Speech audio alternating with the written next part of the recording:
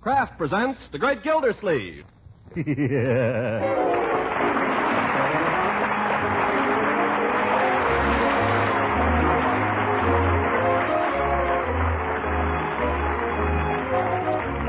Kraft Cheese Company will also bring you Bing Crosby every Thursday night. Present each week at this time Harold Perry as The Great Gildersleeve, written by John Whedon.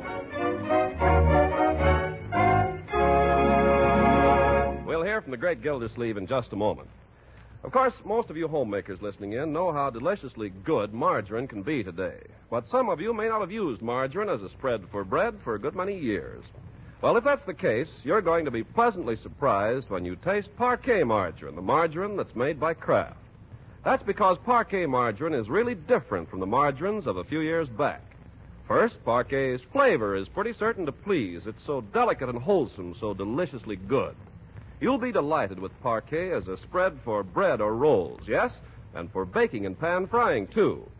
Second, unlike old-time margarines, Parquet margarine is a reliable year-round source of vitamin A because every pound contains 9,000 units of this important vitamin. And besides, Parquet is an excellent energy food.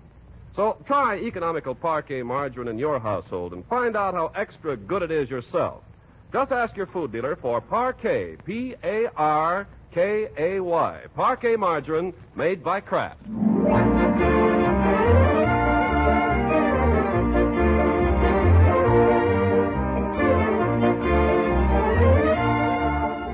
Now on to Summerfield and the Great Gildersleeve. Saturday afternoon finds him in a flurry of preparation for the expected visit of his old friends, Fibber, McGee, and Molly. For hours, he's been running up and down stairs, issuing orders and countermanding them, and now he pauses to light a well-earned cigar and snatch a moment's respite from the labor of supervising Bertie. Well, Bertie, how do we stand? Has that roast of beef turned up yet? No, sir. I phoned the market, and they said the boy left with about a half hour ago. Maybe he's been hijacked. Yeah.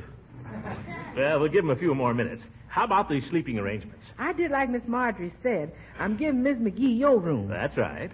And Mr. McGee gets the den. I hope he'll be comfortable. He doesn't have to be comfortable. That guy can sleep standing up. What about me? Where do I go? Well, you saw to get the sewing room, Mr. Gildersleeve. I knew it, the sewing room. I'll be on pins and needles all night. Oh, no, sir. I got you all fixed up snug there on Leroy's folding camp cot. Yeah, the last time I camped on that cot, it folded all right. You remember? Well, I got it fixed up now, Mr. Gildersleeve. I got it tied up with some string. Oh, fine. I'll sleep like a baby. Yes, sir. I'll bet I'll be asleep before my head hits the floor. Oh, Marjorie, is that you? It's me, Unc. Marjorie's coming. She's outside talking to some guy that brought her home from the plant. How was the movie? Bertie, take this book upstairs with you when you go, will you? Yes, sir. I saw a white cargo. It's about this guy. Good. Put that book on the table next to the bed, Bertie. Mrs. McGee might want to read before she goes to sleep. It's about this guy goes to Africa, and he runs into Hetty Lamar down there mooching around the jungle. Yep. So the heat begins to get him. Only I forgot to tell you, Walter Pigeon is there. He's running the camp. That's Mr. Miniver, only in this picture his name is Witzel. Oh, hello, my dear. Are they here yet? So Witzel says to this new guy... Not yet. Their train's due in about a half an hour. So Witzel says to this guy... Witzel, that's Walter Pigeon. Leroy, I haven't got time to listen to all that now. Well, you asked me how was the movie. I'll be more careful next time. Well, you're early, Marjorie. Yes, I got a ride, so I didn't have to wait for the bus. We picked up Leroy just as he was coming out of the theater. Yeah, tell him who picked you up. Marjorie's got a new fella. Nobody picked me up. And I have not. That's no way to talk about your sister, young man. One of the men from the plant very kindly offered to drive me home, that's all. Who's on his way? Yeah, Mike, she calls him. That just happens to be his name. She's only been there working there a week, and already it's Mike. Hiya, Mike. Hiya, baby. Come on, now don't you listen to him. It's very nice, though, really. He works in the drafting department. Oh, well, that's fine. He's a draftsman, all right. If you ask me, he's got designs on our nail. Leroy, you mind your own business. I've got something to say to both of you. Yes, Uncle Mort? When Mr. McGee arrives this afternoon, there are two things I want you to be careful not to do. In the first place, I don't want you to make any reference to Fibber's size. What about it? Well, he's a little runt, and like all little runts, he's sort of sensitive about it.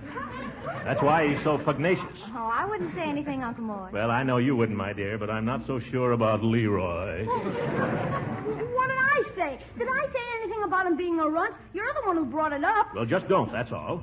Actually, he's not so small anyway. It's just that he's not as big as he thinks he is. He has the mind of a small man, that's all. Always carrying a chip on his shoulder. Oh, we'll be careful, Uncle Mort. And another thing, and this applies to both of you. I'd rather you didn't say anything about my engagement to Mrs. Ransom. Oh, but the McGees are your friends, Uncle Mort. They'll be offended. We're not announcing the engagement just yet, my dear. We're keeping it a secret. Mrs. Ransom isn't. I heard her talking to Mrs. Pettibone down at the grocery. We're not announcing it to McGee, and that's final, Leroy. Because if I know McGee, he'll start making cracks. If he makes any cracks about Lita, I'll punch him in the nose. And if I do that, Molly will be upset, and if she's upset, it'll spoil the whole weekend. And that's what you get for inviting McGee anyway.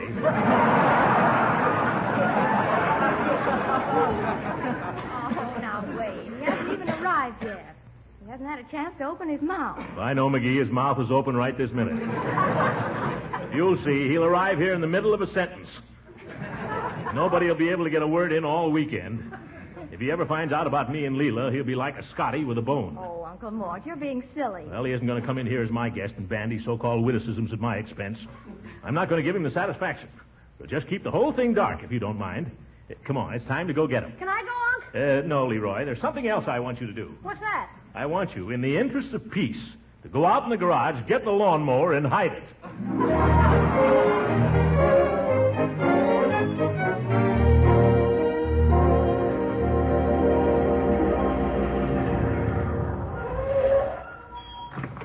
Well, this is it, folks. It's no palace, but it's home to me. What do you think of it, Molly? Oh, it's a lovely place, Mr. Gildersleeve. Yeah, nice hunk of property you got here, Gildy. 100-foot front by 175 deep. Well, that ought to give you room to spread out. And I can see that you have. What was that, little chum? McGee, watch it. Hey, Throcky, who lives next door there? Next door? Oh, some woman. I forget her name. Mrs. Ransom. Oh, yes. Is that it? Yeah. She's a widow. Oh, so? Widow woman, eh? Give you much trouble? No. As a matter of fact... Marjorie, suppose you run in and ask Leroy to come out and help with the bags. That's a good girl. You know, I think nice neighbors make all the difference in the world. So do bad ones.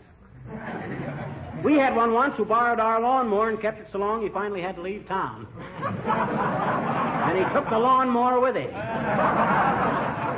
McGee, if you come all the way to Summerfield to open up old wounds... You want me, Unc? Oh, yes. Come here, my boy. Well, this must be little Leroy. Yes. Leroy, I want you to meet Mrs. McGee, a very dear friend of mine. How do you do? My, he's a fine-looking lad, Mr. Gildersleeve. Oh, and this is Mr. McGee. Hi, Bud. Gosh, I had no idea you were such a big kid. Gosh, I had no idea you were so big either. What do you mean by that? Well, you're not such a little runt. Unc told me that... Leroy! I'm just building him up, Unc. Well, cut it out. Never mind him, Leroy. You eat your oatmeal and cod liver oil regularly. Someday you may be as big and fat as your uncle. Are you kidding? None of your impudence, young man. Now, Gildersleeve, the boy meant no harm. He's plainly the victim of an unfortunate environment, that's all. Well, let's go inside, shall we, where the environment is warmer. Oh, yes, by all means. Leroy, you go get the bags out of the car. By George, I tell you folks, it's wonderful to have you here. This is just like old times. Oh, it's good to be here, Mr. Gildersleeve. Let me take your coat, Mrs. McGee. Oh, thank you. Where'll I put mine, Trocky? Well, I'll take it. Just hang it up here in the hall closet. McGee, What, Molly? you see that closet? That's what I mean.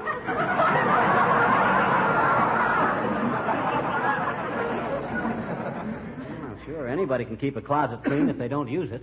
Mr. McGee, if you'd like to come upstairs, I'll show the room you're to have. Oh, thank you, dearie. I would like to freshen up a little before dinner. Dinner's in about a half an hour, everybody. Hey, where do these bags go? Mr. McGee's bag goes in the den, and Mrs. McGee's goes up in my room. Here, I'll take it up to her.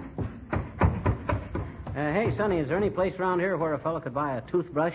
I came off without one, as usual. Well, sure, there's a drugstore right down the street about 3 blocks. Good. I may run down there a little later. Well, what have you been doing with yourself all day? I went to the movies this afternoon. White Cargo, have you seen it? No, that's one I missed. Well, this guy goes to Africa, and he can't stand the heat. So he and Walter Pigeon get mad at each other, and Walter Pigeon says, "You'll quit." And he says, "I will not." So he goes off by himself and plays the phonograph, and then he... Well, look, On second thought, maybe I better go right now and get that toothbrush. Oh, wait on. I'm just getting to where Hedy Lamar comes in. Oh, well, I'll wait for that. Well, he's playing his phonograph there, and it's getting all dark and spooky, and he looks out the door, and all of a sudden, what does he see? Hedy Lamar. Yeah, only you'd never know her. Huh? She's got a sort of a thing around her, and she comes in like this. Look, you're Walter Pigeon, and I'm Hedy Lamar. Well, if you're Hedy Lamar, I guess I can pass for Walter Pigeon.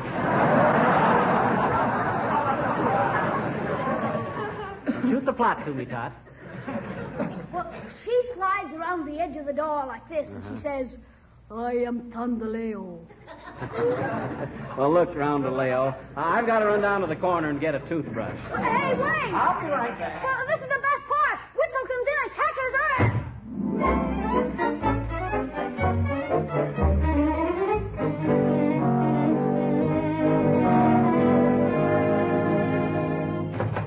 Good night, Mr. Peavy. Good night. And now, what can I do for you, sir? I'd like to buy a toothbrush. A toothbrush? Did you have any particular kind of toothbrush in mind? Yes, something I could brush my teeth with.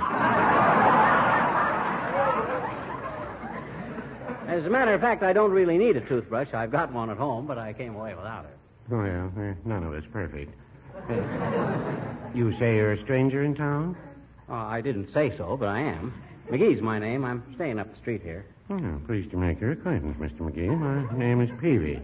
Anytime I can be of service, only too glad. Thanks. I'd like to buy a toothbrush. Any particular kind? Oh, I asked you that, didn't I? Yes. Well, I have a number of varieties. I have them in red, green, white, small, medium, large. Now, give me a red one. And then they come in the nylon bristle, the exton bristle, the proton bristle, and they're just plain bristle. Look, Bud, I just want a toothbrush. I want to brush my teeth. Well, here's a nice brush. I'll take that one. Well, I don't want you to feel I'm high-pressuring you. It's just... Wrap it up. Yes, sir. Will there be anything else? No, that's... Oh, wait a minute. Seems to me Molly did mention something. Oh, I know. We're spending the weekend with a fellow up the street here, and I'd like to get a little something for him as a gift. What type of gentleman is he? Oh, he's a big, fat blowhard. Doesn't do much of anything but eat, sleep, and brag. I've got something here that I think Mr. Gildersleeve would like. Oh.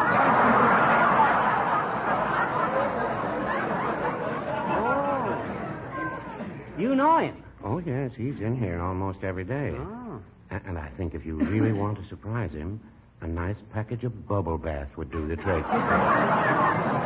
Gildersleeve in a bubble bath? Boy, he'd look like a blimp coming out of a cloud. Well, of course, it wouldn't make much of a wedding gift if that's what you have in mind. Wedding gift? For Gildersleeve? Haven't you heard? He's engaged to marry his next-door neighbor, Mrs. Ransom. Frocky, engaged? Yes. Oh, tell me more. What'd you say her name was? Mrs. Ransom. Leela Ransom. Widow.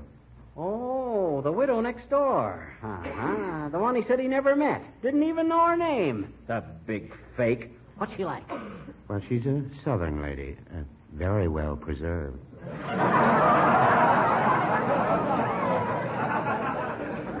Oh, boy. Let me at him. Here, what do I owe you? That'll be 77 cents. Cheapest toothbrush I ever bought. Well, so long, Bud, and many thanks. Just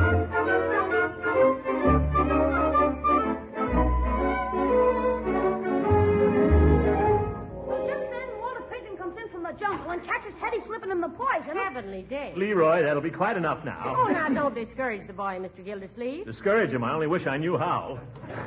Hi, folks. McGee, where on earth you been? Oh, just down the corner. Say, you look like the cat that swallowed the canary. Do you know that you've kept dinner waiting 15 minutes? Oh, that's perfectly all right. Leroy, run out and tell Bertie she can serve at any time now, will you? McGee, have you washed? McGee, what's got into you? Yes, what are you looking at?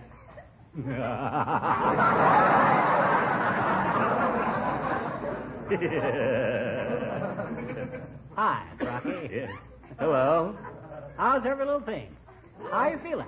I feel all right. Why? Everything under control? Certainly. What do you hear from Lulu? Lulu? Who's Lulu? McGee, what on earth are you When are we going to meet her, Rocky? Meet who? The Queen of Sheba, Scarlett O'Hara, that widow you're going to marry. Mary? Mr. Gildersleeve? Leroy? Honest, Unc, I didn't say a thing. Marjorie? Not a peep, Uncle Mort, I swear. If you knew Lulu like I know Her name is not Lulu. Lulu. No? No, it's Leela. Leela. Lee is in leave her out of this, and La is in lots of people get a punch in the nose. That's just what you're going to get if you ever so much as... Why, you big bumbling balloon. Come over here and I'll let the air out You of muscle-bound midget. McGee! Saved by the bell.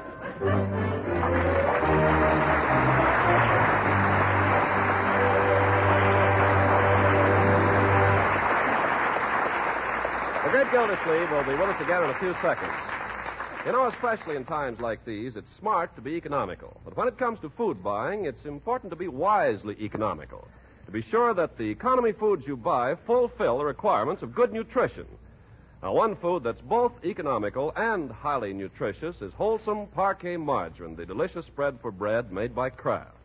Parquet margarine, you know, is one of the kinds of foods recommended in our government's nutrition food rules. That's because Parquet is so nourishing, having both food energy and important vitamin A.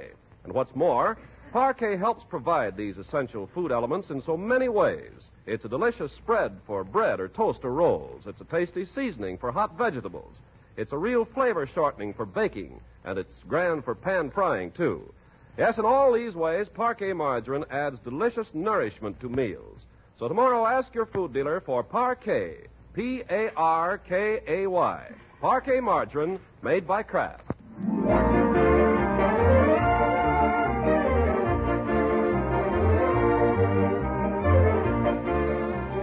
And now, what of the great Gildersleeve? Well, it's Sunday morning, and the great man has come down to enjoy his usual outsize Sunday breakfast. He walks into the dining room sniffing the air like a bird dog on a hot scent. That's funny. The stuff must be here, but I can't smell it. Bertie, Yes, Mr. Gildersleeve? where's breakfast? Well, Mr. Gildersleeve, Miss Marjorie told me y'all would wait until Mr. and Miss McGee came down. I never heard of such a thing. Marjorie! For goodness sake, Uncle Mort, now be quiet. Think of our guests. I am thinking of them. I'm thinking, why don't they get up? Oh, the idea. Anyone would think you hadn't eaten for a month. That's exactly the way I feel. And when I think of that little termite McGee, probably lying up there in bed right now, just on purpose to keep me from my breakfast. Who's that? I'll go. Well, good morning, Judge. Oh, Hooker, come right in. I'm glad to see you. I can't stay, but I've heard the news from Leela Ransom, and as your ex-rival, I simply wish to tender my congratulations. Oh, thank you, Judge. After thinking it over, Throckmorton, I feel sure that Leela's heart has guided her to the right choice. Oh, you think so, eh? Well, I hope so. By the way, I'm giving a little party for Leela this afternoon. I hope you can come, Horace. I'd love to. I hope you'll make Leela very happy, Gildy. Well, I'll try. Fine. Throckmorton, have you given Leela any kind of token? Token? Well, as a symbol of your plighted troth. It's customary, you know, to give the lady Hooker, are you trying to peddle a second-hand engagement ring? No, certainly not. Then what are you talking about? It's not second-hand. Leela's never even seen it. This ring has never encircled a human finger. And why don't you take it back to the jeweler? Well, for sentimental reasons, I wanted you to have it. Besides, I had Leela's name put on it. Oh, well, what'd you pay for it? $75. I'll give you 50. It's robbery, but I'll take it. Well, I want to see it first. Well, here it is. Oh, that's quite a flash. Wait a minute. What's this inside of it, this inscription? Oh, yes. To Leela from Cuddles. No, I forgot to mention that. Hooker, did Leela Ransom ever call you Cuddles? No, Gildy, but I just hope she'd learn to. Well, obviously the ring is of no use to me, but I'll give you $25 for it. $25? $25, Judge. Take it or leave it. I'll take it. But what are you going to do about the inscription? Well, if I play my cards right, she might learn to call me Cuddles.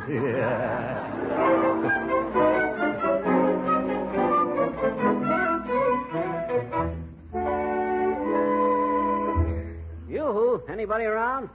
Hey, don't tell me I'm the first one up. First one up, your clavicle. I've been up for 3 hours. I waited breakfast for you till 10 o'clock. I'll tell Bertie you're ready. Oh, I've had breakfast, if that's what you mean.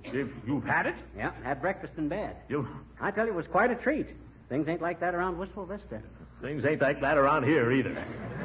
Bertie! Yes, Why don't I ever get breakfast in bed? 'Cause breakfast is the only thing that gets you out of bed, Mr. Gildersleeve. Well, maybe when you're married, Mr. Gildersleeve, things will be different. Yeah. You'll have to toe the mark then, Throcky. By the way, when are we going to meet Lulu? The name is Leela. Oh, excuse me. When are we going to get a gander at her? What's the matter? You're not ashamed of her, are you? Look here, McGee. You're not even fit to... Boys, so early in the morning? Oh, good morning, Mrs. McGee. I'm just telling my little chum here I can't wait to have you meet Leela. Well, we can't wait either, Mr. Gildersleeve. That's no lie. Yeah. She's coming over this afternoon for tea, and I'm having one or two others in. Judge Hooker. Oh, how are you and the judge getting along these days? Well, we have our ups and downs. Some days I think he's our purest little jurist, and others I think he's a stench to the bench. You know, I'm very anxious to meet him, too. He sounds like such fun. Yeah, more fun than a goat. McGee, what do you say to a little constitutional before lunch? A little what? A little constitutional, a little walk. On foot? Why, sure. I'd like to take you out and show you the reservoir. Go on, McGee, to do you good. How far is it? Oh, only about 4 miles. Are you kidding? McGee, I want you to keep away from Leroy for the rest of the morning.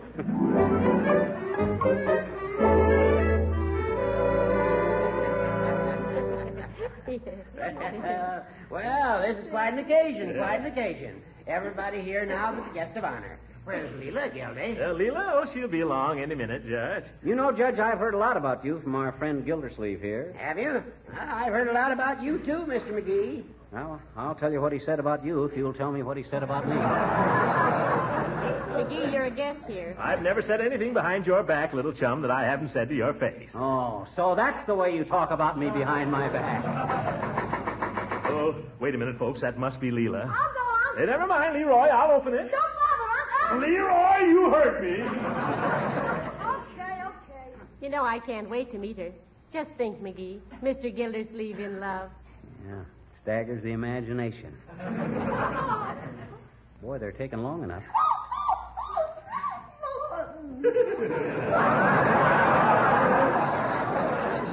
Wonder what's going on out there. McGee, you stay right here. Well, I just thought maybe he needed some help. He doesn't need any help. Okay. Quiet, here they come. Hey, looks like Gildy done all right for himself. Wonder what he used for bait. Leela, darling, you know most of these people. Oh, yes. Good afternoon, Judge. Good afternoon, Leela. Oh, Marjorie, honey, I love your dress. Thank you. Hello, Leroy. Hello, Mrs. Ransom. Leroy, my dear, I want you to meet some old friends of mine. We're not that old. Mr. and Mrs. McGee from Wistful Vista. This is Leela. Oh, I'm just thrilled to meet y'all. Throckmorton's told me so much about you. I reckon you must think I'm just terrible carrying him off like this. Dearie, I think it's the finest thing that ever happened to him. And I want to be the first to congratulate you. Thank you. Isn't that nice? Well, McGee, aren't you going to congratulate Leela? Why should I congratulate her? It's Gildersleeve that ought to be congratulated. Oh, you're just sweet-talking me now, Mr. McGee. Oh, shucks, sis. Just call me Fibber. Mr. Gildersleeve, excuse me. Could you come out in the kitchen for a minute? Oh, certainly, Bertie. Will you excuse me, folks? Go right on talking. What's wrong now, Bertie? You know, I just can't get over Mr. Gildersleeve after all the years we've known him falling in love. Tell us, dearie, now that it's all over, how did he propose to you? Yeah, did he get down on his knees? And if he did, who helped him up? McGee. Now, this is just between us women. Well, it was terribly romantic and all. It was in the evening, and he came with a beautiful bunch of roses. You hear that, dearie? Roses he brought her. What's the matter? I bought you some roses a couple of anniversaries ago. Well, I just wanted you to make a note of it. Oh. Go on, dear. Well, I remember I just happened to be wearing a gown that he particularly liked, a flowered chiffon, very tight through here with a long flowing skirt. I'd been planning to spend the evening with a good book. Go on, you'll get plenty of time for that later. Well, we were standing there together arranging the flowers, and all of a sudden, right out of the blue, he said, well, I don't know that he'd like me telling you, but he said, what would you do if I was to steal a little kiss? Oh, my God. Is that corny? Keep out of this, McGee. You don't understand. And then what? Well, naturally, I tried my utmost to discourage him, but seemed like he just refused to take no for an answer. Oh, not only that, he started to chase me around the room. Throckmorton, I couldn't understand it. Look, Leela, when did you first begin to suspect that something was cooking?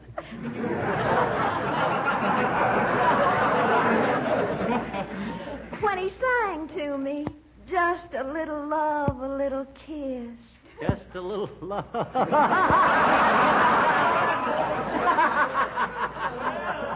Just a little. Is everybody happy? What's going on, folks? What's the big joke? Nothing, Mr. Gildersleeve. Nothing at all. McGee, go on outside till you can control yourself. Come on, get out of here. If I hear any more, I'll bite. Leroy, show me where I get a glass of water, will you? Right out here. Leela, what's wrong with McGee? I don't know, Throckmorton. I was just telling them about our engagement and how you proposed to me, and all of a sudden something seemed to strike him funny. Leela is nothing sacred to you. Now, Mr. Gildersleeve, don't be blaming her. Is our romance nothing but a farce to be torn to tatters for the amusement of the mob? Oh, no, Throckmorton. Am I nothing to you but a laughing stock? Oh, no. Well, that's the impression I seem to get. Now, listen, don't be blaming it on her, Mr. Gildersleeve. Blame it on McGee. Huh? And now, listen, remember, every proposal is sweet to the woman who hears it. Isn't that a fact? Tell me, Mrs. McGee, how did Mr. McGee propose to you? McGee?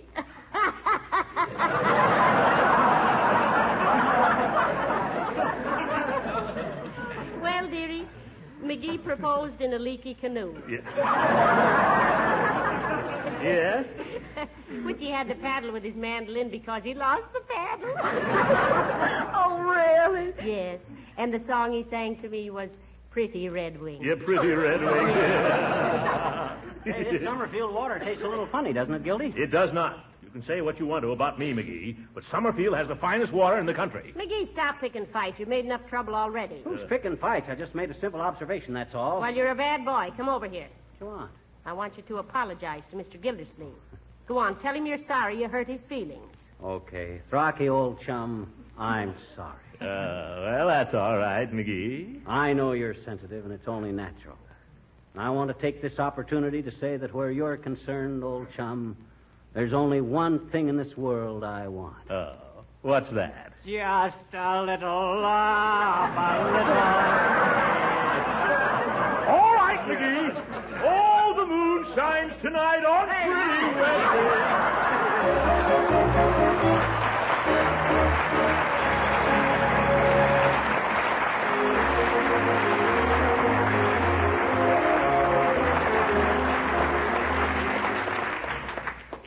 Well, it's certainly been nice having you folks here, Mrs. McGee. Well, it's been nice being here, Mr. Gildersleeve, and meeting Marjorie and little Leroy and Leela and all. I think Leela's going to make you very happy. Yeah, Throcky, she seems like a mighty nice gal. Well, I'm glad you both liked her. Well, goodbye, old chum. Thanks for the use of the den. Oh, yes, I hope you were very comfortable there. Oh, it was fine, but there's just one thing I'd suggest, Throcky. Huh? If you go to take a shower there, be careful. Why? You might cut your feet on my lawnmower. Oh!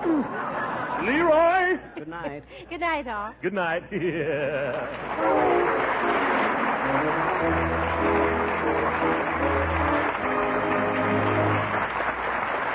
Fibber, McGee, and Molly appeared on this program through the courtesy of the makers of Johnson's Wax. Original music was composed and conducted by Billy Mills. This is Ken Carpenter speaking for the makers of Kraft Cheese and inviting you to listen in again next week for the further adventures of the great Gildersleeve.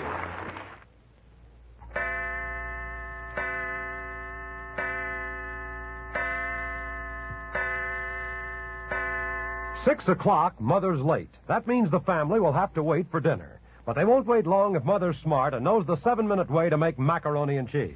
The trick is performed with a product called Kraft Dinner.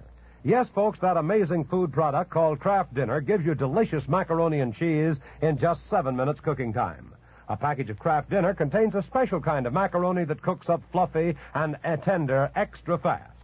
And the Kraft Dinner package also holds some Kraft Grated.